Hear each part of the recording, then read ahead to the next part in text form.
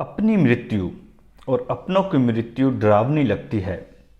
बाकी तो मौत को एंजॉय ही करता है इंसान।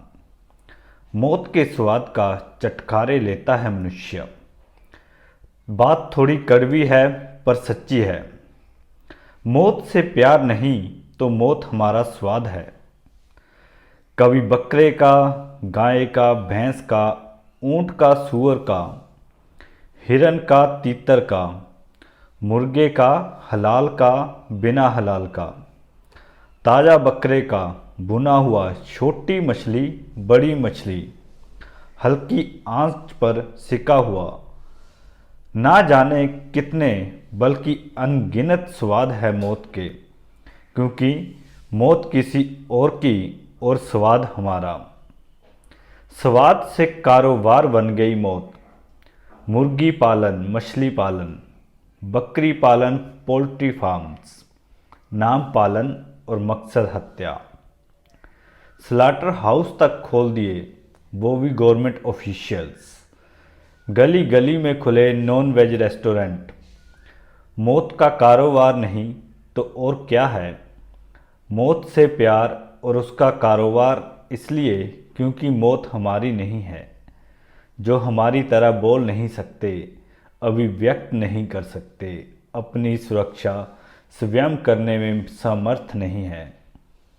उनकी असहायता को हमने अपना बल कैसे मान लिया। कैसे मान लिया कि उनमें भावनाएं नहीं होती, या उनकी आहें नहीं निकलती। डाइनिंग टेबल पर हड्डियां नोचते बाप बच्चों को सीख देता है, बेटा कभी किसी का दिल नहीं दुखाना, किसी की आहें मत लेना, किसी की आँख में तुम्हारी वजह से आंसू नहीं आना चाहिए।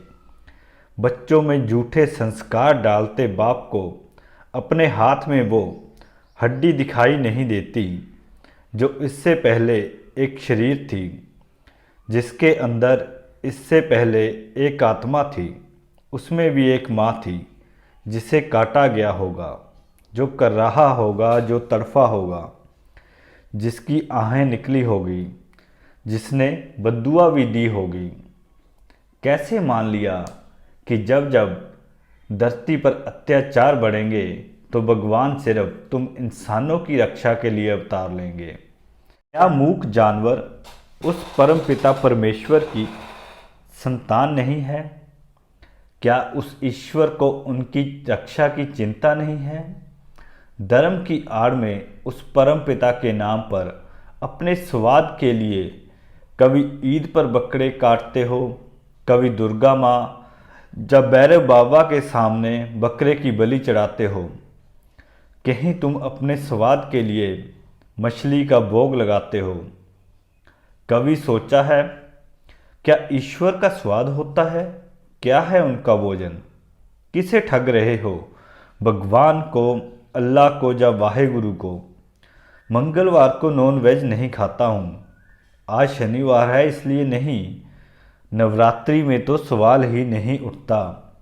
झूठ पर झूठ, झूठ पर झूठ, झूठ पर झूठ। हमारे बच्चों को अगर कोई ऐसे खाए तो हमें कैसे लगेगा? कर्म का फल मिलकर रहता है, ये याद रखना। ईश्वर ने बुद्धि सिर्फ तुम्हें दी है ताकि तमाम जोनियों में भटकने के बाद मानव जोनी में तुम जन्म मृत्यु के चक्कर से निकलने का रास्ता ढूंढ सको। लेकिन तुमने इस मानव जोनी को पाते ही स्वयं को भगवान समझ लिया है। प्रकृति के साथ रहो और प्रकृति के साथ होकर रहो। धन्यवाद दोस्तों।